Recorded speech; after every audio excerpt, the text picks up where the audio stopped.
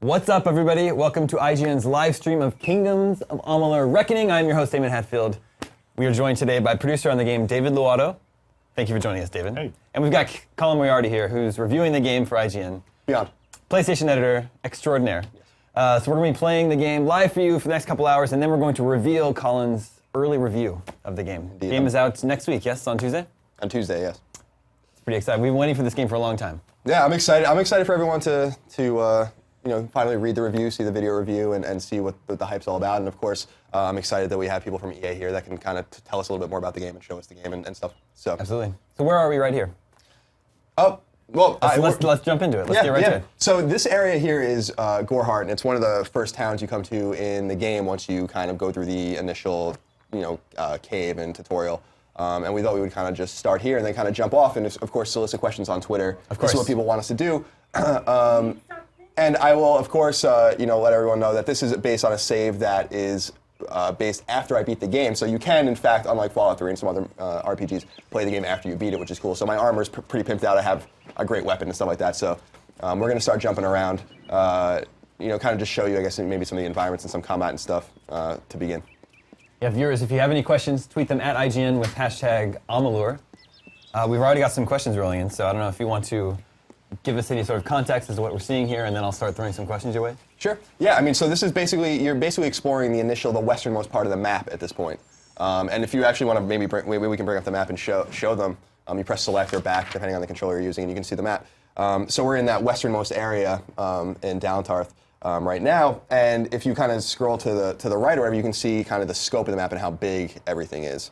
And Alabastra obviously is in the southeast, and that's kind of the last place you're going to end up. So yeah, just let us know what you want to see and what you want to do. There's a lot of geographical and topographical diversity in the game. Obviously, there's plenty of enemies, and we can do side quests, we can do guild quests, we can do whatever you want, so just let us know. This is near the beginning of the game where you start? Yeah, this is the first region that you actually experience. It's called Dalentarth, and more or less a slightly more friendly place than some of the later regions that you see, although, as you can see, we're already getting attacked. And obviously, he's wrecking shop because he's level 29 or 30. He only gets 1 experience point for killing that enemy because it scales. So the combat will become, I think, more impressive once we go to the eastern side of the map. Give us the gist of it. If any viewers, aren't really familiar with what Kingdoms of Amalur Reckoning is. Okay, it's basically it's a Western style RPG. Obviously, it's in third person, and it's heavily fantasy themed. The story is written by R.A. Salvatore, who's a very prolific New York Times bestseller in the fantasy genre. I think he has 22 bestsellers. So obviously the pedigree of his writing is well established. The hallmark, as you're going to see in my review of the game, is the game's combat. I think that I'm a huge fan of Western RPGs. I love playing games like Skyrim and Fallout, Mass Effect, but I think a lot of people have complaints that maybe the combat doesn't quite live up to the lofty heights set by the game's setting or the story or whatever. What's great about this game is that the combat is the best part of the game, and so I think that it's going to pull in not only RPG fans but also fans of action games. It almost feels like God of War in a sense or something like that. I mean, it's very good. I'd add that the combat's really very accessible at the same time. It's got depth, but really the amount of kind of athletic controller that you have to do is, it's reasonable. Indeed, and what's cool is, the deep character customization is something that I think is really going to draw people in as well, because you're not tied to the decisions you make or the builds you make in your character. You can actually reestablish your character strength and weaknesses at any time in the game just by paying characters called Fate Weavers to give you all your skill points back that you earn when you level up. So if you're playing as a mage and halfway through the game you want to play as a thief, then that's totally possible, and you can do that within a matter of minutes. And what sort of character are we playing as here? So my particular character is, I would say, 2/3 warrior, 1/3 thief. He uses longswords. You can see it on his back. You can see the ability tree here. Obviously, might is associated with warriors. Finesse is associated with thieves, and sorcery is associated with mages. And you can combine all the skill points you get into a permutation that best suits you. So you can have a character that uses longswords, and like my character also uses daggers to backstab. But you could have a thief that maybe uses magic, or a warrior that's just totally a warrior that uses heavy hammers and heavy swords and really packs a lot of punch. So that's really one of the most satisfying parts of the game is that you're never making a decision when you're leveling your character up and you're wondering, is this the right decision to make? Because it's really not super consequential. You can always fix it later. Well, we have a few copies of Kingdoms of Amalur Reckoning to give away. In order to win a copy, all you need to do is tweet us at IGN with hashtag Amalur. Send us questions, send us what you want to know about the game, just like Brent McQuay did. He wants to know how many cities and towns are there in the game. Oh, I mean, that's a good question. There are. I would say that each continent, I don't know if you would call them, or each territory probably has 1 or 2 major cities each, and there are a handful of really large cities, such as where the Summer Fort is and Melsenshire. There's a few cities you're going to run to that are quite expansive, and then there's plenty of little villages, encampments, things of this nature. So you're going to find plenty to explore. If you were to compare it to maybe a game like New Vegas, I think that there's probably going to be many more friendly locales for you to explore as well as dangerous territories. AE Canada 12 asks, will there be a New Game Plus option once the game is finished? I didn't see a New Game Plus option when I finished the game. What it basically lets you do, though, is a major complaint people had with games like Fallout 3, which is one of my favorite games of your generation, is that once you beat it, it's done, and if you didn't have an old save, you couldn't kind of do the things you wanted to finish. So I think that maybe Amalur's version of New Game Plus is just to kind of throw you back into the world and let you finish everything that you didn't get to do. So you're not tied to only the main story. You can do the side quests, and there are 5 guild quests as well that are very lengthy that you can go back and finish as well. So we're seeing a lot of combat here. Are there still quests around here that we could take on? Probably not around here. If you want to jump to the map and go, I don't know, let's go down here. We go to any of these places, like maybe the mining town here in the Red Marches, isn't that? Which one? Gillette, yeah, I think is that the place? Maybe go down to the Hollowlands here. One of these places is like a real town, right? Yeah, just go to the Overlook Camp. There's definitely there's start definitely there.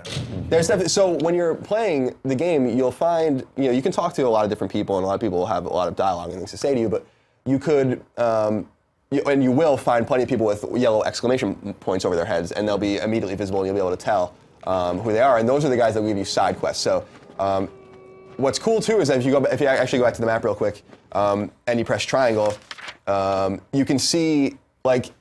Up there to the north, there's a couple exclamation points, and so you can go to those guys, and those guys will give you side quests that they'll solicit you to help them. So we can run over there and kind of kill some enemies in the meantime. And what the red dots are, the enemies? Yeah, the red dots are the enemies, and they'll be identified in the specific region you're in. So you won't be able to see where enemies and side quests are throughout the entire map, but you'll be able to see them where they are in your direct vicinity, which is cool. And this particular section is the desert area of Amalur, so you can already kind of see some of the geographical diversity that's in the game, which is really nice. What are these enemies we're seeing here? Do you want to explain? The Sons of Laz. So these are undead. If you can tell by their sound at the very least. And Amalur, as a kind of world, is sort of a world in crisis. There's a war going on, and magic is sort of once again on the rise, and a lot of kind of twisted things are happening. And one of them is zombies, and you'll find out sort of why that is. Let's play the game. The pesky thing about fighting those Sons of Laz that I've realized, especially as I got deeper into the game and they got more powerful, is that you can't really stagger them when you're fighting them. So if they're about to attack you or are already preparing to attack you, no matter how many times you hit them, they will still swing at you. So you have to be very defensive when you're fighting them, especially the stronger ones. Lots of shields, lots of rolling around. So you gave us just a hint of what the overall story arc for Reckoning is there. Can you tell us anything more about it? Like what the overall conflict is in this game? Yeah, do you want to explain? Well, there's like I said, a war is going on. Traditionally in Amalur, maybe I'll let you drive for a second. Sure. Traditionally in Amalur, yeah, it is actually. Traditionally in Amalur, men and elves have lived side by side with this race of immortal beings known as the Fae. That is until quite recently, a particular Fae, a fellow by the name of Gadflow, declared the birth of a strange new god who lives under a mountain. And he's since then he's been waging war on the mortal races. And of course, if you're a mortal race going up against this race that of people that can be reborn, you're at a distinct disadvantage. So a lot of the kind of main quest focuses on discovering all the mysteries of Gadflow and what your particular role was before you were reborn. Colin, I saw you harvested a flower there. I did. What can you do with those? So when you'll see one here, you'll see lots of like plants in the wild. There's plenty of them. There's two in the background there too. And when you harvest the different items called reagents, you'll be able to use your alchemy skill to make new items and potions, which is pretty cool. So my alchemy skill is moderate, so I am successfully getting reagents. But as you see there, I didn't find any reagents when I went after that crop or whatever. So in the beginning of the game, you'll be kind of frustrated because you'll be examining all these plants, won't be getting anything. But as you dump skill points into alchemy, you'll find that it's actually quite rewarding and fun to be able to create your own potions. And we'll do that in a little bit. Gaming Dude 47 asks, can someone new to RPGs play this game? In my opinion, I think it's accessible in terms of gameplay. Terrible fay along the Oh, what's this guy say? line. Horrible fay. So I think what people will find is that there's a lot of different options. There's plenty of dialogue options. If you really want to sit there and talk to everyone, you're going to be really busy because everyone has a lot to say. That the story's super fleshed out. So we'll talk to this guy for a minute. But to answer his question, I think that accessibility in terms of gameplay is definitely there. I think that the game could be, you could play it somewhat like a button masher, except for you're going to kind of get your ass kicked later in the game if you do that. So to let you kind of ease you into it. But I think as far as like the fantasy RPG elements of it, I think that if you're not into that, if you're not into fantasy settings, role-playing games, Western role-playing games, I'm not sure that the game's going to do it for you, even if the gameplay is really good. I see. So I think it's still very much catered towards the role-playing game fan. But I think that people are going to find plenty to like with the options as well. Yes, and find out what's wrong. Now that I've found it, and I've no desire So this guy to Enser is giving us a side quest I investigate didn't do. There were boggarts, lots of boggarts. And I think I saw a thresh.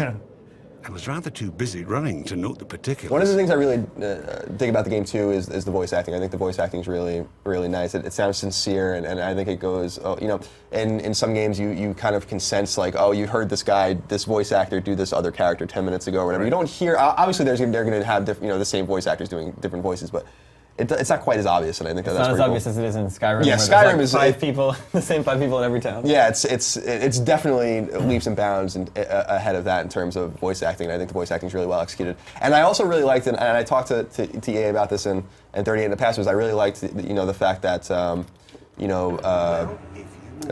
there's choices in the dialogue, and you can kind of take your own paths or whatever. But you're not really there's not like a morality system, so there's not like crazy consequence. There's a place for those kinds of games, and I like those kinds of games. But you're never locked out from a quest because of a choice you make, which I think is cool.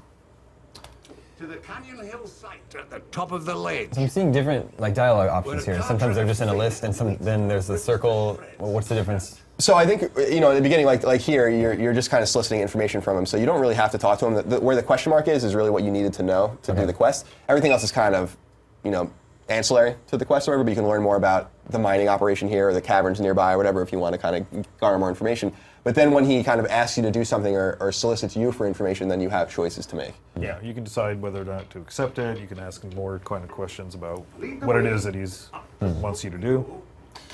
So we're doing this quest now, and I'll show, if we go to the quest screen here, you'll see that your side quests are kind of lined up here. And you'll have main quests. Obviously, there are no main quests left because I beat them all.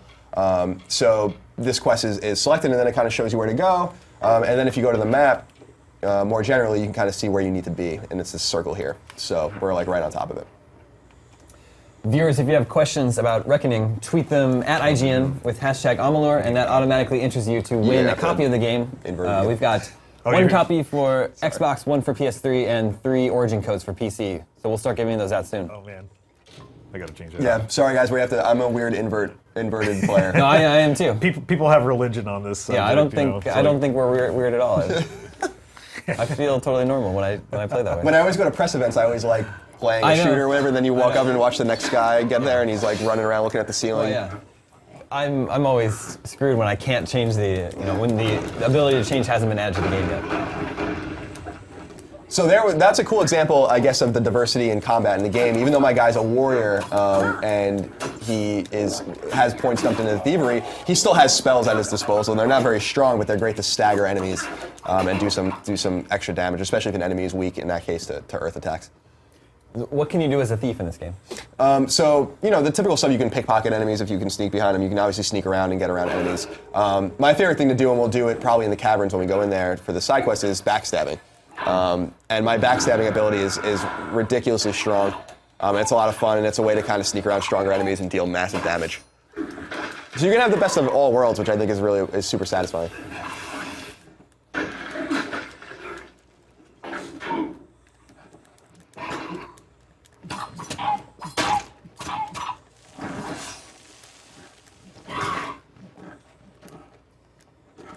David, Joey Diaz Jr. is wondering, what was the inspiration for the art style in Kingdoms of Amalur? I can't necessarily speak for Todd McFarlane, but certainly a lot of the inspiration comes from his art style and from his direction in the product. And I think you can kind of certainly see it right with like the kind of contour of this armor here. I think it has a very much a McFarlane-esque kind of tone to it. I think really the team was looking to kind of carve out a sort of very unique visual space of their own. A lot of games are going for a kind of dark, gritty sort of feel. This one has a much more kind of magical feeling, and I think that really that's a reflection of a lot of the plot. Because this is a world where magic is once again on the rise, and so I think the art style is very much meant to reflect what the narrative is. And just as an aside, you can see that the character is getting slowed down because he's getting hit with ice magic. So it's doing damage, but it's also slowing down your movements, which is cool. And you see, I can use like nice spells like that to stun enemies and then go and take care of them with a knife. Another, come to steal the light, come to trouble the reverie. They are my friends, drawn here as I drift between the dream world and the world of the waking. The light, source of solace, snuck in, sharp knives, soft feet, stole the jewel from my side. Took it northward, through the narrow rocks, to their village of wood and cloth. Colin, Josiah Renauden asks, does Kingdoms of Amalur feel like an MMO, or is it a more focused experience? I mean, I'm not an MMO player, so I can't really speak to that. I think that it probably even aesthetically has an MMO quality to it, as in terms of obviously the fantasy setting that a lot of MMO gamers enjoy, the third-person perspective, etc. But that's not really a question I can answer because those aren't games I play. Maybe David has thoughts on that. No, I'm not necessarily the deepest MMO player either, so probably don't actually have a good answer for that. I mean, to me, the game, like I said before, the game appeals, I think, most to those who like Western console RPGs. I think that it's very much in that vein. I think you're gonna if you enjoy Dragon Age, if you enjoy Mass Effect, etc., I think you're probably gonna this is probably gonna be a game that's up your alley. Nick Machete is wondering if as much of the game is explored as possible, can gamers obtain all of the abilities? I don't think so because I was actually doing the math. My character isn't max level, but we were doing the math based on the amount of ability points you would get. You get 3 ability points for every level you get. There are 40 levels, so that's 120 points. But I think the max for each, there's might, finesse, and sorcery, and I think it's like 110 or 112 points per. So I don't think you can get all the abilities. I think you have to make choices. And part of the choice making is with destiny cards and the destinies that you set out for yourself. And I don't think that there's any way for you to see David, correct me if I'm wrong, but we can't see the sorcery or we can't really see all of the leveling up stuff like the abilities and stuff until you level up, right? Right. So what we could do though is go to a Fate Weaver, and we could reapportion all of those ability points and basically create a new character class and unlock different destinies and really experience all the abilities that we want. We're going to start giving away copies of the game here very shortly. Just keep in mind you must be a U.S. resident to win, but tweet your questions at IGN with #Amalur, and that will automatically enter you. Dead147 asks, Colin, what is your favorite thing about Amalur? I think the best part about the game is the combat because it was so unexpectedly good. I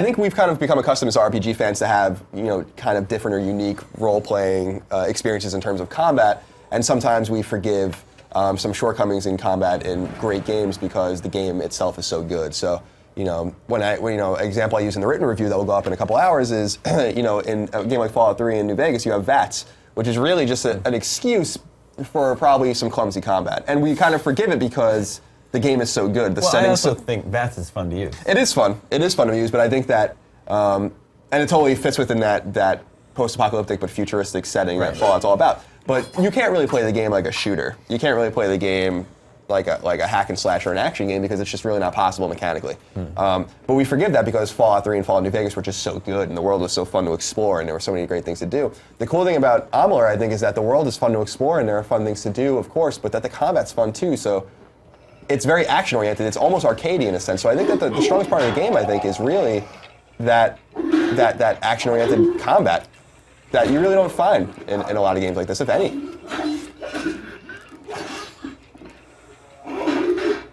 Yeah, I mean, action RPG is sort of, it's not a huge genre anymore, like back in the 16-bit days when you had like Secret of Mana, and games like that. Right, or I even think about, a game I think about a lot, even though they're not really, they're not similar, but the game that kept coming to mind is the PlayStation game Brave Fencer Musashi, which was a great action RPG, and you're right, you just don't see those kinds of games anymore, and even the games that do action-oriented RPGs aren't this deep and this big. Yeah. So this is kind of the best of both worlds, I think, and that's really what stuck up on me and surprised me about the game. You've got Fable, but that's the only other example I can think of off the top of my head. A lot of people compare this game to Fable, not a series I have experience with, so I can't speak to it. But I've definitely, in the comments we did the review in progress over 3 weeks, we had over 2,500 comments. A lot of people were saying that this is very Fable-like for them, and that seems like a positive thing to them.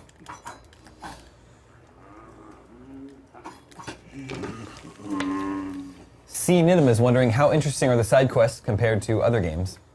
So I think the side quests are fun. I mean, there's fetch quests and you're helping people and stuff. I don't really think the game does anything extraordinarily new in terms of quest types. But I think that's the kind of the bread and butter of these kinds of games anyway. And people like fetch quests. People like going and fighting the boss in the cavern. People go, like finding the potion to heal this guy. But I don't think you're going to find anything super unique or super dynamic in terms of quests or quest structures. That I think if you just played Skyrim in the fall, then I think you're going to find pretty similar stuff to what you found in that game. Do we want to go to a different spot? Sure. Let's try some different regions. The plains. Yeah, plains are actually super impressive. Actually, yeah, maybe we can teleport near Rathier because I just love the way the castle looks in the distance. It's beautiful. Reminds me of Castlevania a little bit, actually. Ooh, there you go. I know you're a Castlevania fan. I am. C. Nidham also asks, how wide is the variety of monsters and bosses? There's over 50 monsters and then a number of varieties of human-type opponents, too. So it's a big number. What are the boss encounters like in this game? They're similar in play to the way the regular battles go, but they're boss battles because they actually have special health bars on the screen, and they're actually obviously more challenging. You're gonna have to use some of your special powers, all those potions you've been hoarding, you're gonna have to use and stuff like that. But they play exactly the same way, and they happen immediately, and you don't really realize you're fighting a boss sometimes until the meter appears on screen, and then you realize who you're fighting. So we're here in Rathier now. In this location, this is kind of a plains area. This is the castle I was talking about with that tower, that turret kind of hanging off, very Castlevania-like. I'll get us over there. So this is actually a stunning looking area. I just love the way that looks in the distance. It's beautiful. This is a really cool area. This is a really, probably I would say the first really big city you encounter. You'll find plenty of side quests and things to do in the town. You already see an exclamation point here on the HUD right here up and to the left. You can solicit a side quest immediately if you want. And then of course you see all these other things popping up on the HUD. The white arrows, of course, are people that you can speak to. But then the doors are different buildings you can go into. And then the little icons that you see, like the hammer, is where you can blacksmith and et cetera and so on. So you can shop and do all those things. Go to one of those, huh? I think there's one right here. City Watch. Well, our first copy of Kingdoms of Amalur Reckoning is going to viewer BG Radio, who asks, are there a large number of matching armor weapon sets to collect in the game? There are. You'll find, what's really cool is that, actually, can we go to the menu real quick because I have matching armor on right now. Yeah. So there's like over 60 armor sets, and so actually if you broke that down into the individual armor pieces, it's some ridiculous number. Yeah, it's cool. I guess this is a bit spoilerish because you get these really late in the game. But you'll see that I have yellow gear for my head, my chest, my hands, and stuff. That means that they're part of a set. And if you have all of them, it says set 5 of 5, then you get all. So above the set 5 of 5 is what you get if you just have it equipped. But if you have all of them, then you get all of these extra perks. And those perks build, so if it says like 3 of 5, then you get some of the perks. If you have 4 of 5, and so on and so forth. The fact that I have all of them means that I have the greatest set of perks and you can see my defense is huge. It's over, if you see in the upper right corner, it's over 1,000. So I'm doing pretty well. So yeah, there are plenty of sets to find. They're not all easy to find. You're gonna have to do some searching to find them. And of course, you can mix and match to your heart's content as well. BG Radio also asks, are there storage options for all your loot? There are. You can obviously sell everything. If I go back to the menu, you can see that I've sold an exorbitant amount of stuff because I have 1.2 million gold pieces. You'll find a house that you can, I won't spoil it, but you'll find a house very similar to Skyrim where you can store your things. And there are more treasure chests that you'll find later on there where you can kind of store your gear. But you'll find that you're going to be selling a lot of your stuff too because you're going to need the cash. So here we'll show you the blacksmithing forge. Something I haven't really done because I don't have many points in the blacksmithing at all. But you can see that you can create different kinds of weapons and armor and whatever you want depending on the gear you have. And you find components as you play the game that will let you kind of combine them and create something special. So if I wanted to make just a basic staff or a scepter or a Feyblade, I can do that. And as I unlock more blacksmithing skills, which I haven't done, then these little padlocks will become unlocked, and I'll be able to add more components to create stronger items. So that's pretty cool. And you can talk to this guy's just kind of looking at some. Sorry, I have to invert again, guys. Yes. We're gonna have this war throughout Go this back and entire forth all thing. the time. There we go. Well, BT Radio, for your great questions, you have won yourself an origin code for Kingdoms of Amalur Reckoning on PC. Viewers, if you have your own questions, tweet them at IGN with the hashtag Amalur. That enters you to win a copy of the game. It's so easy. It's almost too easy. Let's do a question from Comlestat6666. He says, I'm intrigued by the lore. Will there be books released to learn more about it? Oh, wow. Actually, don't know the answer to that question and whether or not it's even being planned. It's a good question. Stay tuned. There's certainly a lot of lore within the game itself. So there are these things called lore stones that you can approach, and they will tell you different things about the history of the region and things, personalities. Yeah. So dark in here. Yeah, it is. Nighttime gets dark. Indeed.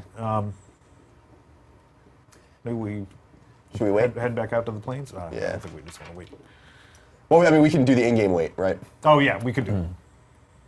Do NPCs have their own homes that they go to at night?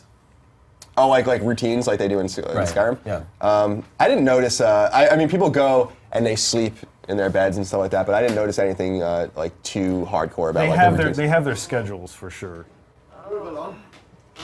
There's the castle in the distance again. I love it. It's so ominous and I just I dig it. So yeah, we're back in the plains.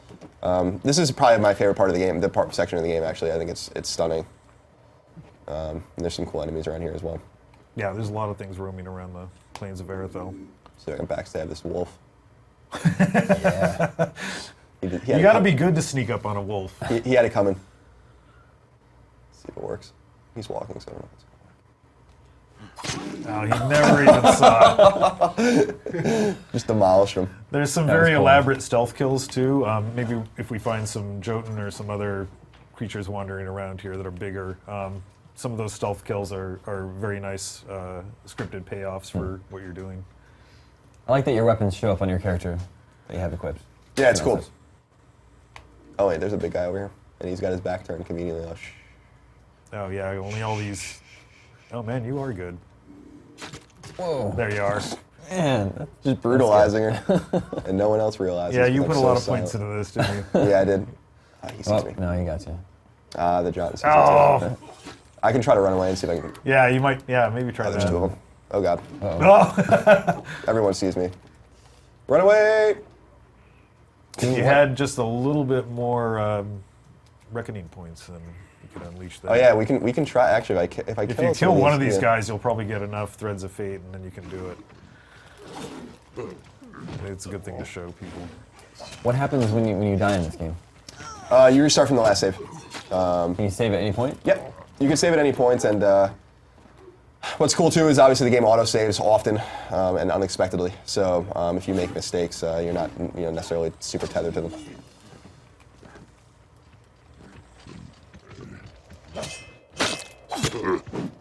So I've staggered him, as you can see. So I can get back to him. I'll do. Yeah, so almost. These guys aren't quite as strong as they were when I was level 15. What's the level cap? 40. Are you at 40 now? No, I didn't hit the cap. I still have much. The great thing to do, and something I'm excited about, is that often when we review games, Damien, because we reviewed so many games, is we're often ready to move on to the next game, right? You spend a lot of time with the game, you want to move on to the next game, we got other things to do. Obviously, for me as a PlayStation editor, I have Vita launch coming up, and we have 8,000 games to review. But I intend on playing this game and seeing it through, even though I'm done with the review, because there's side quests and guild quests and things to do. I want to hit the level cap. I want to max my character out because it's fun. So there's more to do for sure. We've got a good question here. Father Leadfoot says, I'm not trying to get you in trouble, Colin, but what was your least favorite thing? Okay, that's fair. I don't know. I mean, I think there's like minor technical hiccups that I think were frustrating about the game. I think one thing that I point out in the review when you read it on IGN later is I think the lip syncing is pretty poor in cutscenes, which I think is unimmersive. And I also found that I think the environments look great. I think the main character looks great. I think the combat looks great. I think sometimes when you're talking to characters and you kind of run into some models in particular that just don't live up to the high aesthetics of the environments themselves, and I think there's a contrast there. But with that said, I think that the game really runs well, and I think that's a great testament to the game.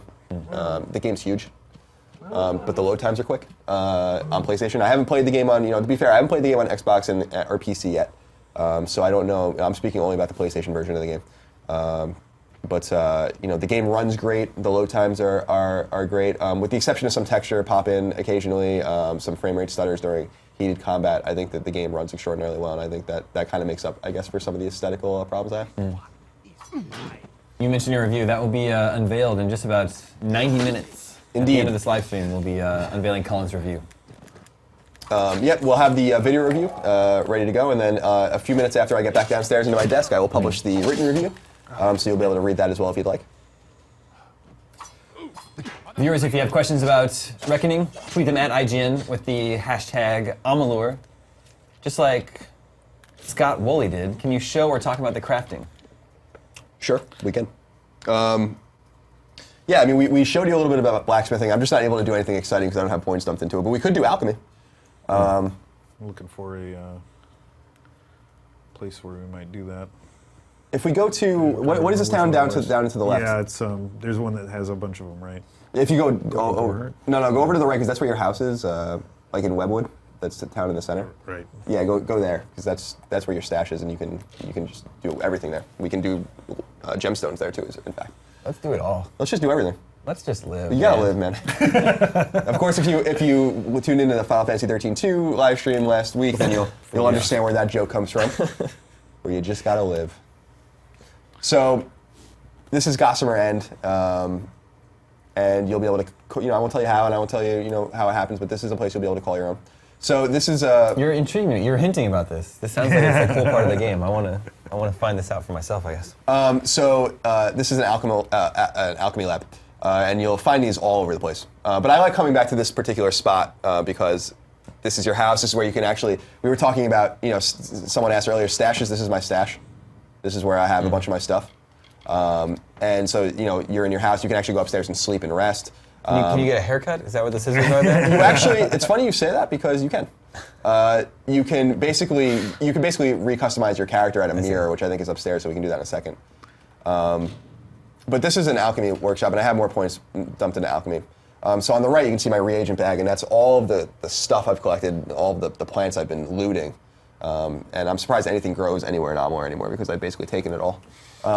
But these are all the items you can use to create items, and obviously you have difficulty settings for the things you know. So these are all the novice things that I've created, and then if you can move over and have once you build enough points into alchemy, you can build better items. Of course, you can also just experiment if you want, and that's how you kind of figure things out. Combine different things. Yeah. So and Start the experiment. yeah. So I got an unstable potion. So what that means, when you fail at alchemy, and you fail often, you'll get an unstable potion, and if you use it at any time, you don't know what's going to happen. So it can be really good or really bad. So I just suggest don't use them. But every so often you kind of just Colin's pro tip. yeah, that's my pro tip for the day. But this kind of is satisfying, and frankly, you can kind of work the system a little bit if you want. Save before you start doing this, and then just start going at it and using your items and see what happens. But as you get better, you'll have these things. Once you learn something, you'll learn it forever, and then you can just select it from here. So we can just make a bunch of healing potions we want. So that's that. And then I think it's in the basement of my creepy little house. We can make gemstones. And sagecraft is something you do to create gems that can be added to your items to make them stronger. And you find Shards, as they're called? Yep, shards. You find different shards in treasure chests or when you kill enemies or whatever, and you can make gems based on the types of shards you found. So if you combine them, you can, unlike alchemy, you can actually experiment and it has no consequence here. So it'll tell you what it's going to make. So if I combine a lament poison shard with a lament ice shard, I get a gem that will give me 15% chance to steal 15 health points. And then if I put that into an item by socketing gems, I don't have anything I can socket right now.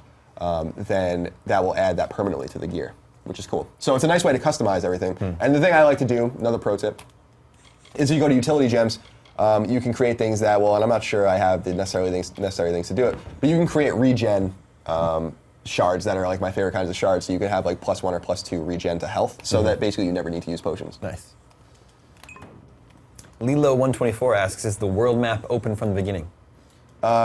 Yeah, it is. If very much like the Capital Wasteland or whatever, if you can see whatever you want as long as you can survive long enough to see it. But you'll know if you've gone too far. Enemies will have, I think, red names instead of white names if they're way too powerful for you to fight.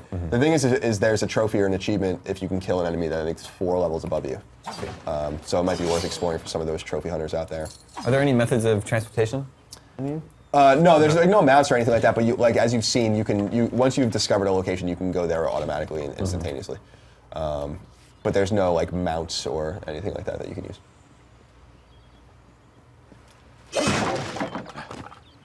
This is a cool town. I really like this town. Which town is this? This is what is it? Canrock. Right. This is a town you encounter someone early in the game, and there's a really cool, like you said, I've been hinting at. There's a cool story, and that's how you kind of come into their good graces and get your own place. And we can tell a little bit about it. So Sure. in this case, the town is overrun by giant spiders, and they seem like they're almost some kind of, maybe even in an orderly kind of fashion. So there's a little bit of a plot there, a mystery about where they're coming from. And once you end up clearing them out, then like getting the houses becomes an option. Is that where it happens? Yeah, that's basically it. Yeah, you just basically do favors for this town, and they basically like when you stumble upon the town at first, they're being attacked, and you can ignore them and let them get killed basically, or you can help them fight these spiders like it's real time.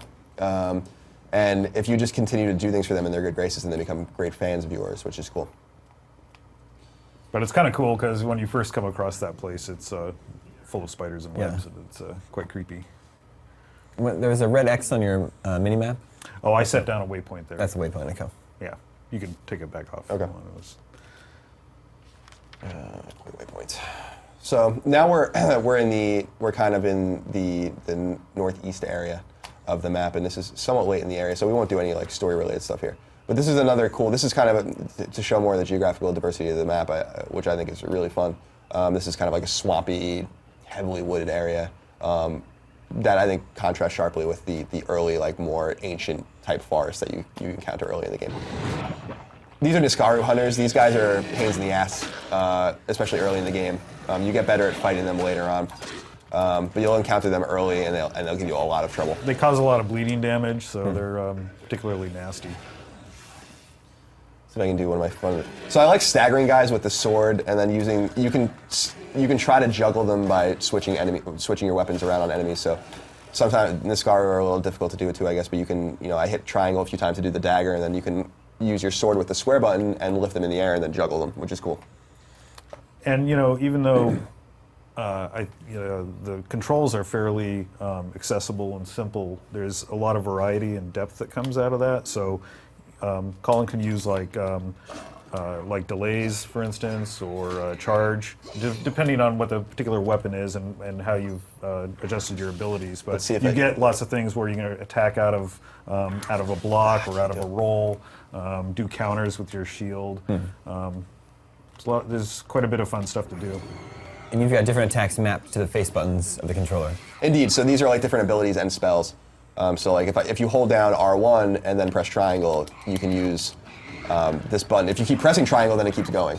So I could once it refreshes, just hit triangle once. Oops, someone hit me. If I just hit triangle once, then it's basically 1/3 of the strength of the spell. Yeah. And that's based on the mana bar, which is the lowest bar, the sky blue bar. Is that all customizable? You set those the face button attacks? Yes. Well, you decide which weapon you're going to apply to your primary weapon and which one to your secondary slot, and then you can map all the spells to the different trigger buttons. The trigger mode. This rat had gold on him. I don't really understand why that is. Yeah, well, rats eat a lot of things. Yeah. Speaking of gold, Adam Sams notices that you have over 1 million gold. He asks, what are the cash sinks? Well, I think one of the things in general about the economy in the game is that it's not closed. So you could really rack up an insane amount of money if you want to. It's not like Fallout where, you go to a guy, he has 500 credits or whatever on him, and then that's all he has. Like you don't know how much money a guy has. And I've been selling all my stuff to the same 2 people. Mm-hmm. So basically, I've just taken them for all they're worth. I keep doing that because I want to. I should use help here. I want to be able to go back and buy those things back from him if I need them. But I guess it's kind of cool. Just you're going to need the money, so it's basically just you collect everything you find, and then you'll be able to sell it at will. These guys are a pain. Actually, we can use. Here we go. So this is what they call reckoning mode, right? And you can weaken the enemies. Everything slows down. You do a lot more power or a lot more damage. And then when everyone's killed around you, you can run up. The bars kind of slowly diminishing in the corner. You hit X. You do like a special, brutal combo. And then if you hit the button fast enough, you get experience bonuses. And so that kind of kill there that he just did, it differs depending on the enemy that you have. So there's quite a bit of fun in just going around and trying that out on all the different types of opponents that you come across. And don't waste that power either, because oh yeah, well, it's useful too. It's great. It's great to use strategically, in my opinion. I really found, obviously you want to save it for bosses and things like that, and it makes a lot of boss battles much easier than they should be. It's a good way to deal with crowds too. And definitely that, and also a great way to build experience. If you paid attention, we've been making, we've been getting 100, 200, 300, 400 experience for every enemy we kill. But when I killed those 2 guys plus the experience bonus, I got almost 4,000 experience points. So it's a great way to build your levels quickly. Yeah. I don't know if you mentioned it, but as that timer is going down, though, it's important to try to get as many as you can before it runs out, to maximize that. Viewers, in a few minutes, we'll be giving away another PC copy of Kingdoms of Amalur Reckoning. In order to be entered, just tweet us at IGN with hashtag Amalur, and let us know what questions you still have about the game. So here's if you see in the HUD in the upper right corner, you see like a treasure chest icon. This is directly associated with another skill called Detect Hidden. And when you level that skill up enough, you start to discover things in the environment that don't exist, basically, or don't people can't see. So when you get close to it, it's probably going to be this log. When you get close to it, your controller will start to shake, and then you'll be able to loot it. How did you know that? How did you know it was going to be this log? Because it's a log or it's a log or a Okay. pile of rocks usually. or Often whatever. things like that. Also, I'm clairvoyant. I guess so. But it's nice that it gives you the rumble, though, so that you're, in case Yeah. you're not watching your Yes, mini-mat.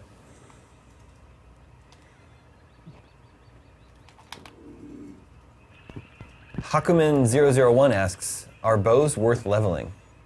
Says they didn't feel like they paid off in the demo. Yeah, I mean, I used bows early in the game because part of the tutorial is to teach you how to use a bow, and so you start using it. There are really powerful ones, and it is worth it, especially if you want to, be a distance fighter or whatever. There are a few options for you. I think. There's a couple there's some really good moves, actually, with Yeah. bow. I'm thinking of one in particular that you do out of a block, and you send down a big volley of arrows down on people. It's pretty nice.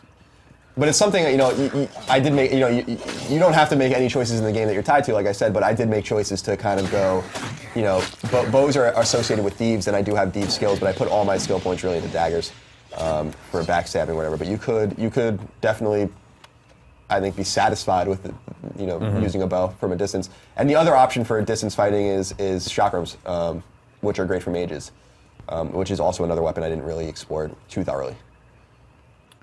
Yeah, the mage discipline certainly does give you a lot of good range attacks, like you might expect. So chakrams and staves are both really awesome. Colin, CLJ Online wants to know, how many hours have you put into the game so far? I played the game for about 50 hours. You'll find that the game, the main quest can be beaten in, I think, 25 or 30 hours. But there's so much to do around it that, and like I said, there's so much left for me to do, just in ancillary side quests alone, that I can't imagine that you would get through the game in under 100 or 150 hours. I don't see how that would really be possible, because there's so much that, just in the course of playing and trying to get through the main quest and stuff, there's just some, scores and scores of people that I didn't talk to and things that I didn't do. Plus, if we go into the map or into the quest line, you can see that I have faction quests, these are basically the guild quests. And I did 2 of them, but there are 3 left to do. And these can take 6 in total. Yeah. There are 6. Well, the one that comes with it, is that the 6th one, the one that comes with the code or whatever with the new version of the game? Or is there one I didn't discover? So anyway, I did 2 of them. I did the one for, I think, the Warsworn, and then the one for the Travelers, but there are other ones too that give you special perks when you finish them. And they can take 6, 7, 8, 10 hours to do each. And then the side quests can take 10 minutes or 30 minutes. Plus you have things down here like tasks, which are basically recurring. You can make money off of people and sell them things and stuff like that. So plenty to do. CLJ Online also asks, how does the trophy list look? You want to see it? Because I'll show it to you. Show it to me. All right, so I'm going to say this right now to the readers out there. The top of the list are story related. So if you don't want to see them, just look away for. Just kind of like look away look for. at the screen like this. Look away. I'm just warning you right now. Look away for 15 seconds. All right. I'm selecting it now. So these are the trophies for the. I'll just kind of. Those are the story related ones. This one we think is for beating it on hard. We think. Yeah. Because the 1, 2 above it is the one you get for beating the game, so I assume that's what it is. Is it just hard and normal? Are there more difficulties? I think there's easy too. Okay. If you die, I think more than a couple times in a row, I think it actually tells you that you can lower it. Hey, you suck. Yeah, you want to lower the difficulty? You're pretty bad at this game. I think you probably should lower it. And then these are the trophies. You get silver trophies for the guilds that we were just talking about. So I did the Travelers. The House of Ballads is the one I did. So the ones I didn't do are the House of Sorrows, Scalia Arcana, which is magic based. And then Warsworn is actually the one I didn't finish. And then you have trophies for fate shifting enemies, which is what we just did. We fate shifted 2. If you do 5 or more, then you get this trophy. Niskaru for killing them. This is the one I was telling you about for killing enemies of higher levels. And then et cetera and so on. You get ones for parrying and landing chain attacks, juggling enemies, making potions. So there are a lot of them. My favorite one though, Damon, is a secret one, but it won't appear on your list. It'll say it's hidden. But my favorite one is this one, which I got. Nice. You spoke to someone while not wearing clothes, and it's an apt picture of a guy's. It's a picture of his junk, basically. That's great. It's a junk shot. Good. So are you going to platinum it? It's probably going to require me to play the game again on hard. It's definitely possible, but as you know, the backlog is often growing, and Vita's about to come out. It's true. But I know how much you love your platinum trophies. I adore them, in fact. We're going to give away another PC copy of Kingdoms of Amalur Reckoning right now to Beautiful Dust, who asks, how large can the battles get in Amalur? Really big. I've probably fought, I don't know, a dozen enemies at a time. And that's unfortunately when some of the slowdown happens, but the games it's still totally manageable, and they get overwhelming, and like David said, that's when you fate shift and use your special powers because you probably will not survive. Of course, if you're getting in trouble, you can always use the D-pad to automatically heal yourself with the healing potions that you have in your inventory, so you don't have to like mess around. And you can also map things to L2 if you want to use them quickly as well during battle.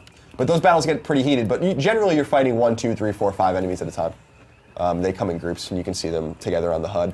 And that's when things get a little tough to try to backstab enemies and things of this nature, since they alert each other. And the AI is pretty clever. Well, Beautiful Dust, make sure you're following IGN on Twitter so we can DM you your origin code. We still have one more PC copy to give away. We've got a 360 copy and a PlayStation 3 copy of Reckoning to give away. So tweet your questions at IGN, include the hashtag Amalur in there, and that will automatically enter you to win. Should we get some interior shots, maybe? Sure. Well, yeah, let's go. That's to a the good idea. dungeon? Yeah, I got Those it. giant rats look nasty. Yeah, I guess. There's probably some dungeons that you haven't been in either. For sure. Let's see. Let's just go here. Yeah. Let's pick one. Rez Rave wants to know, how do the Threads of Fate work? As you are engaged in combat and killing folks, you are collecting these threads of fate, and that fills this middle meter that you see here, up in the upper left. And when that maxes out, then you basically are holding down 2 trigger buttons, and you're unleashing the Reckoning mode. And at that point, your speed is not affected, but all your enemies are in kind of a slow motion. It's sort of a bullet time kind of thing. And you are dealing more damage, and the enemies are a lot easier to kill at that point. See what I can do here.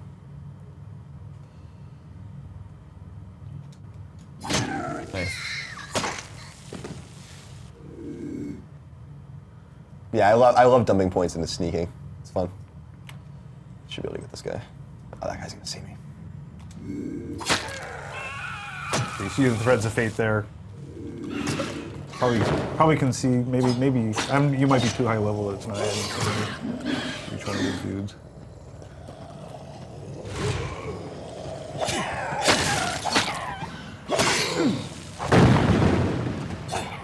So Kingdoms of Amalur Reckoning is out Tuesday the 7th, yes?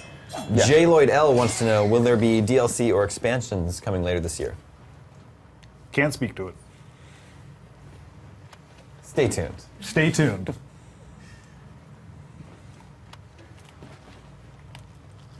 Kyle the Brick wants to know, what benefits do you get from doing faction quests? That's a good question. You actually, of course, in a very specific way, you learn more about the story and things of this nature, but when you complete those quests, you get destiny cards that give you permanent stat bonuses, depending on the type of guild that they are, basically. So when I did the Travelers are thieves in the game, and so you get bonuses to thievery-centric statistics. With ballads, it was more, I think, magical based, and so you get things, increases in mana and things of this nature. You also get some unique armor and weapons in some of those too. Indeed, I got a great accessory actually from doing. If you did House of Ballads, Yeah. you should have, right? Yeah, I got a ring and a shield that I use for a lot, most of the game. I don't use them anymore because I have all the end game stuff now. But oh shit. Sorry. Yeah, speaking of that, right after this live stream, we're going to have a Twisted Metal live stream. And David Jaffe's going to be on here. And David Jaffe is known to Curse. He's known to curse here and there. So we'll see. That could be a very interesting live stream, viewers. You will definitely want to stick around for that. And let's tease our good friend Greg Miller's show up at noon as well, because there's going to be an interview, a very lengthy and amusing interview with David Jaffe on Monday. The air will be blue around that interview, you might say.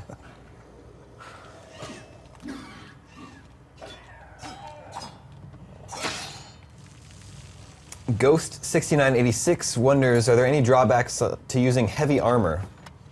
Not in the sense. I didn't really see any movement-based kind of anomalies, but David might be able to speak to that more. I've really only used heavy armor, but he still moves around like very fluidly. You know, he's very fast. I mean, he can run like the wind, Damon.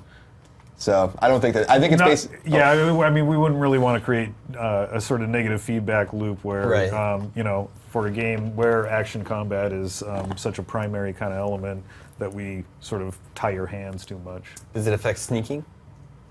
Not that I know of. No, that's the other thing too. I mean, you're doing it a lot right here. Yeah, so I have my heavy armor. It's not.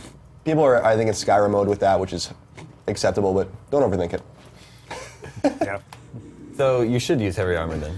Why not? Yeah, I mean, well, you don't want to if you really want to. Like, my guy is not like an amazing thief. If he was in lighter armor and had upgraded daggers and points dumped into finesse and all those destinies unlocked, then no one would be seeing him in this dungeon at this point in the game. So you just got to kind of mix and match. If you want to use the arcane arts, Damon, then you will definitely want to use robes. Yes. Just because obviously that's not going to give you a lot of defense, but that's going to boost your magic abilities and power like exponentially.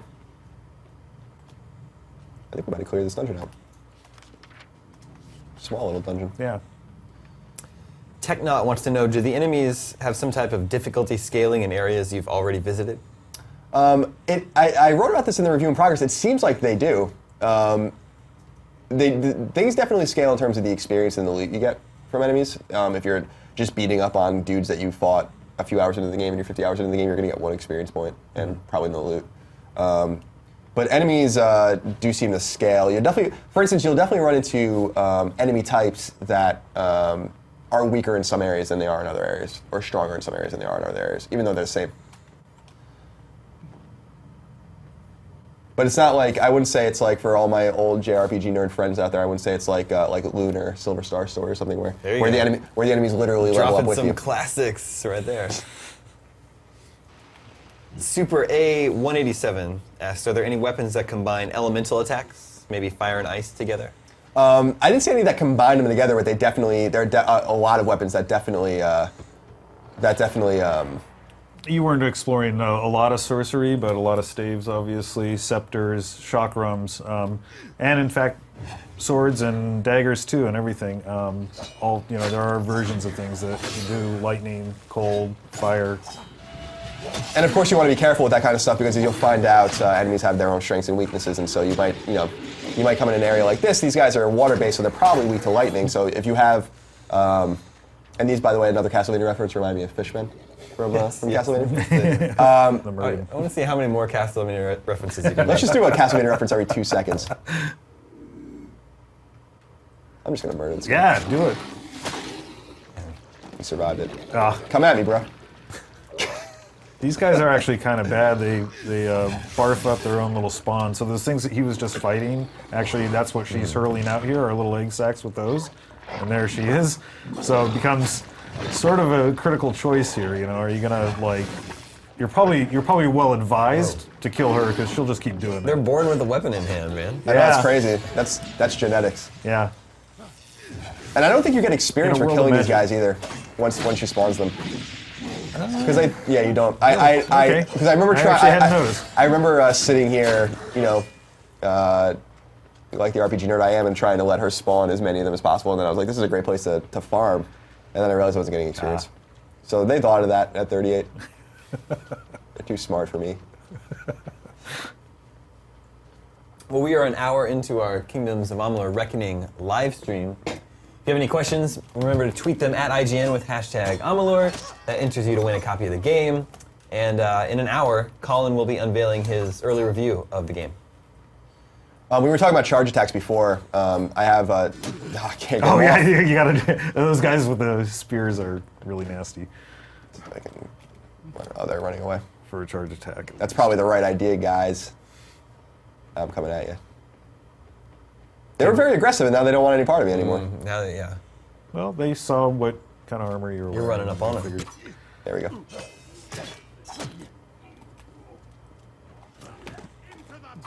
So now charge. So you can go right through them or whatever, basically stun them, Yeah. and then get a back attack on them if you're quick Yeah, enough. that actually does damage, and as I'm not sure, can you do it multiple times yet? No, I don't think I So leveled if you it up. level up enough with that particular move, then you can actually do several sort of passes through multiple, guys. It's very handy. Be Easy is wondering if you can show some different high-level armor. I could. I'd have to go buy it back. Let's see. Let's see what I have in my inventory. See here. Yeah, I mean, I guess this is actually all the stuff I already had equipped. We might have picked up a little bit during the course of this. I'm not sure. This is, There's a piece of azurite. This is much weaker than what we have. But let's see what this looks like. Oh, I don't have enough finesse. So that's another thing, is you'll see the requirements for items that you have. And if something appears in red, like for finesse 36, it means I don't have 36 in finesse and therefore can't equip it.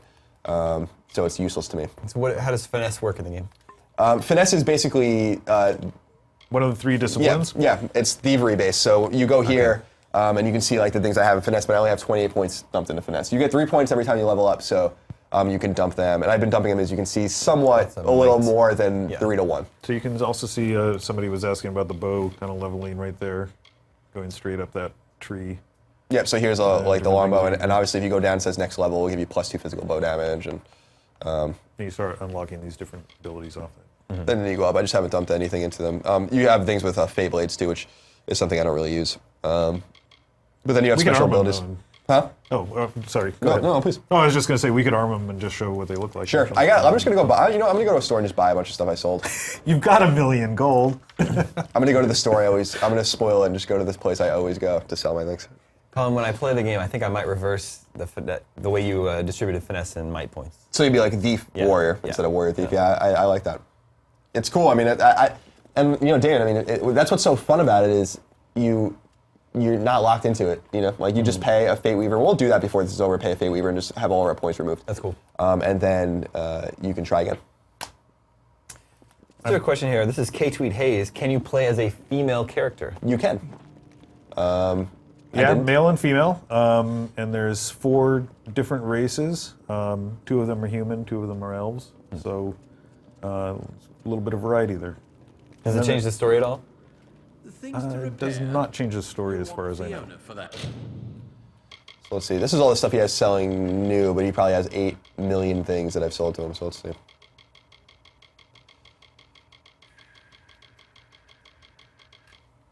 Oh, yeah, I guess he only keeps 50 at a time. So let's see. This is chakram, so we can use these, buy these. A hammer. Fey blades. Feyblades of bloodshed. Yeah. Great sword. Longbow. Oh, you just dropped below $1 million. Now I'm concerned. Spending your fortune. I know. Yeah. This is not what I was saving up so carefully for. And actually, real quick, just so we don't fool around, I'm going to talk to her and repair my gear. Gear does break. Okay. In the game if you're not careful, and you can see, you know, the blacksmith, the little anvil icon is how strong it is, and if it gets down to 1, you're going to risk breaking the gear. So 55,000 gold, steady price to repair everything, and then you're good to go, and it actually strengthens everything again. So I'm actually going to re-equip my good armor, so I have my bonuses, and then we have accessories too. I don't know. Let's see. So like fire resistance. Right now I have this that gives me +20 health, +10 stun duration, which is important, and chance to stun +3%. Yeah, for sure. And then you can equip 2 different rings at a time. This is the Ballad's ring that I was telling you about, which is awesome. +5 damage is huge. But this gives me +10 health, +10% health, and this gives me +10% physical damage, plus a little bit of gold, of course. I am barbecue right now. Wants to know, does race affect certain stats or abilities for different classes? There are some perks for each one of those. Not for gender, but for race. We'd have to start up a new game here, I think, to go take a look at those again. Indeed, and I think that you get bonuses. It's not the same. The bonuses for religion, right? There are bonuses for you have a patron, basically. A patron, yeah. And there's like 5 different kind of patrons that you can adhere to. One of them is called Death. Everybody loves that patron, right? There's one that gives you fire bonuses. One that actually gives you a percentage increase to experience, which is kind of cool. I think that's the one where you're maybe an atheist or something. Yeah. You have no patron. No patron. So I went back to an early area in the game where there are like kind of simple enemies to fight, so we can start messing around with all these weapons just because I'm not skilled with them statistically. And of course, you have primary and secondary weapons. So the primary weapon is mapped on PlayStation 3 to square, and the secondary is mapped to triangle, and you can use them interchangeably. And you can, my secondary weapon could be my longsword, my primary weapon could be my dagger. It doesn't really matter. But now we have all these other options. So great swords, I had equipped the longsword. Great swords are very Cloud Strife-like, huge swords that take a lot of time to swing, but do a massive amount of damage. Just probably kill this guy in one hit. Yeah. So it leaves you vulnerable, as you see. But it's super powerful. And it didn't feel quite arcadey enough for me to play with this kind of sword. I tried. So I abandoned that. But let's see if we can get a few more hits on it, on some weak, unsuspecting enemies that didn't really do anything to me in the first place.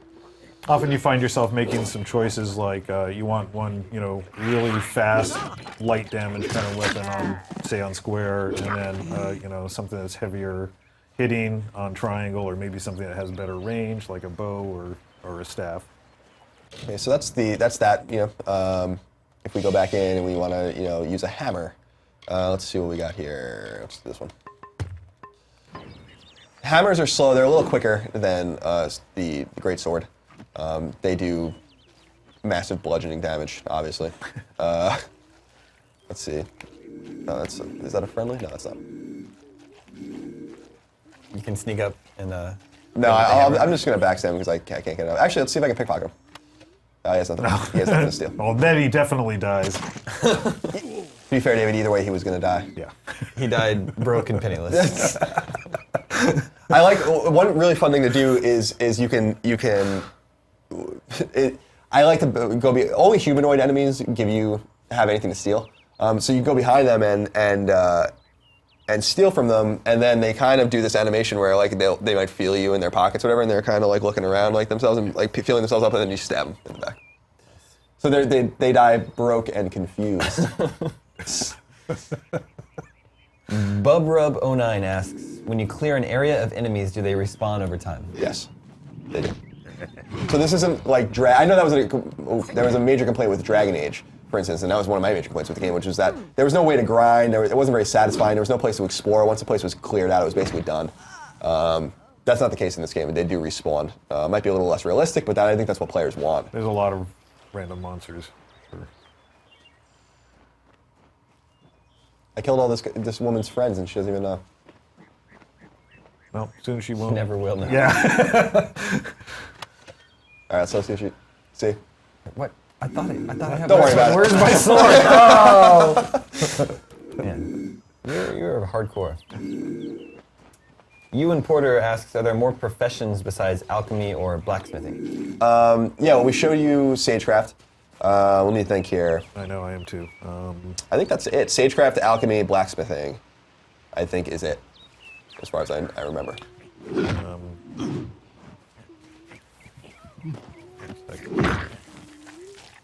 Alright, so you got your fill of the hammer. Let's see what else we got here. Daggers you've seen. Right, those three. That's it, Oh, right? yeah. Well, I don't think we've seen a bow, have we? No. So I gotta. Gosh.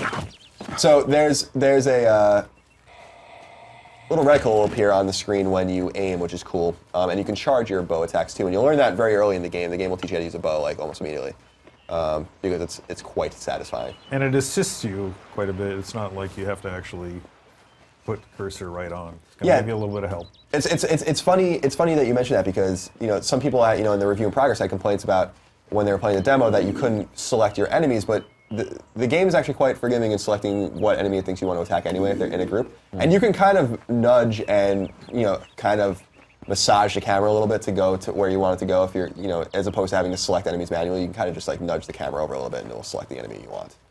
So let's see. So you can see that I'm charging it, and that poor wolf who was really just going to try to feed his family. The cubs back in the den. Yeah, It affects all of the whole family now. Oh, Mama's not coming home tonight. Yeah, Junior's gone too. And you see this treasure chest icon again. It will be this pile of rocks probably. Oh, it's a log again. Maybe you want to show the skills too. The skills for. Just the different, it's not just the abilities, but detect hidden and stealth. You can only see that correct me if I'm wrong. I'm sure you'll know for sure. I couldn't find a way, or didn't really figure out how to see those without leveling. Is there a way? Is it in status? Yeah, I think it's in Oh, status. okay.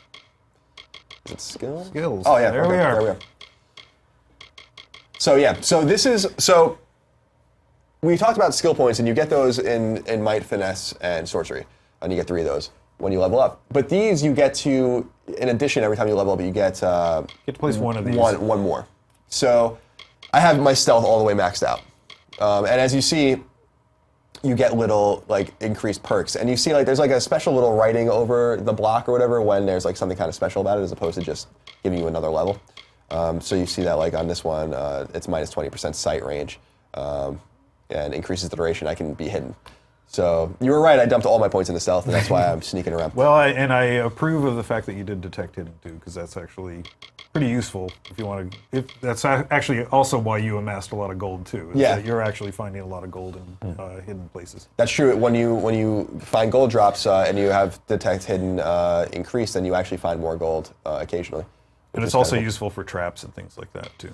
And to like I said before with blacksmithing, I didn't put anything into blacksmithing. So what's cool too is that someone was asking. I think theoretically you could see if you leveled up properly. You could probably master everything here because you can also find trainers in towns that you can pay to give you increases in mercantile or persuasion or whatever it might be. But if I have any recommendations, I'd put a lot of points into persuasion because it opens new dialogue trees. And stealth, I think, was really fun, but people might find satisfaction in putting their points in other places. Viewers, in just a few minutes, we'll be giving away another PC copy of Kingdoms of Amalur Reckoning. Just tweet us at IGN with hashtag Amalur with your questions about the game. Just like Midnight Designs did, he wants to know the thought process behind the way the shield and block system works. That's not, I didn't design the game, so I don't know. Colin Moriarty, designed and reviews Yeah. Kingdoms of Amalur Reckoning. He reviewed his own game. Not sure exactly where the question's leading, but I think a first lot of of the all- emphasis is on keeping the action kind of fresh. So, making sure that that block and rolls and evasions have kind of meaningful role when you're playing against enemies. You're using both of those quite a bit. Have we talked about the way the block system works and the shield system? So you're basically holding the left It's trigger. it's L1 on PS3. You PS3. can raise the shield with the trigger and use that. And if you time your attacks right, you can parry off of enemies and that wasn't it, and basically stagger them. I did one earlier, or a couple.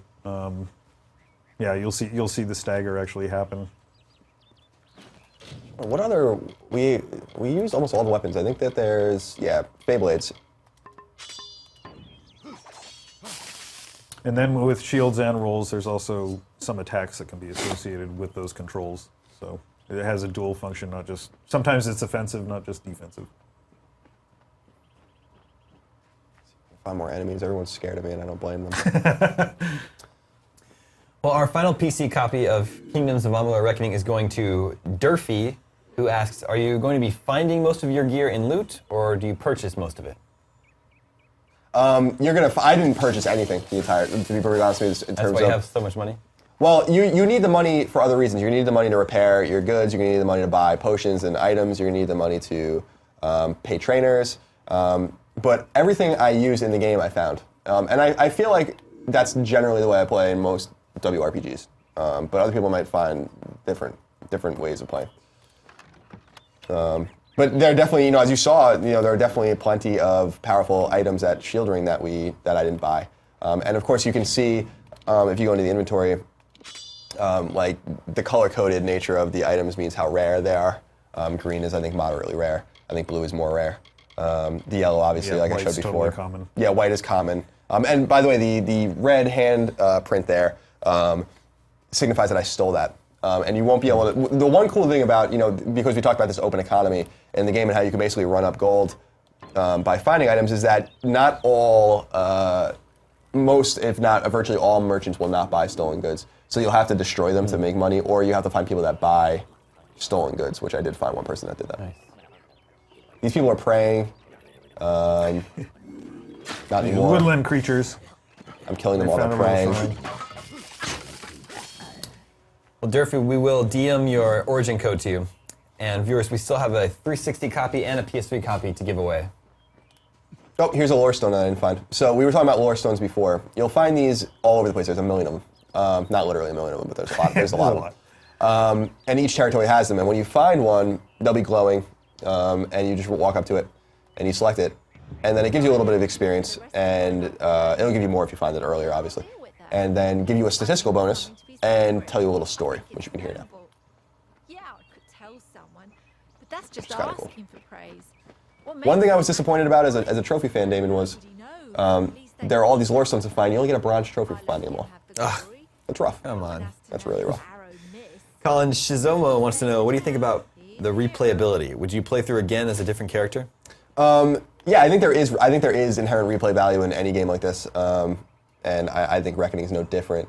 I think because there's no choice and consequence in the game per se, I think the real replay value here is in how you play the game, and maybe disciplining yourself to just use magic or just use thief attacks and stuff like that, as opposed to the way you might have played through the first time. So yeah, I think there's replay value here. And, I think exploring the 3 disciplines and the 3 ability trees there's quite a bit of stuff there that you can experience. Mm-hmm. Makes it quite worthwhile. My inventory's almost full. I might have to go sell stuff soon.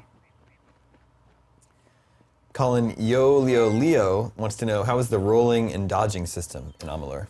It's great. I mean, so we showed you already a little bit about dodging and parrying with the shield. On PlayStation 3 to roll, you press circle, and you're going to be using that often. It's a great way to dodge arrows and spells. If an enemy's about to swing at you, just roll forward or backwards to get into them. Also, as you become more aggressive, if you're going to play as an aggressive character, you might not. You'll find yourself rolling into enemies. You'll be attacking them, they'll fall back, and you'll roll into them to keep it going. And maybe, do you guys have any objection to showing the last region of the game, or do we not want to go to Alabasha? Because that's where the enemy is. Is that cool with you guys? Okay.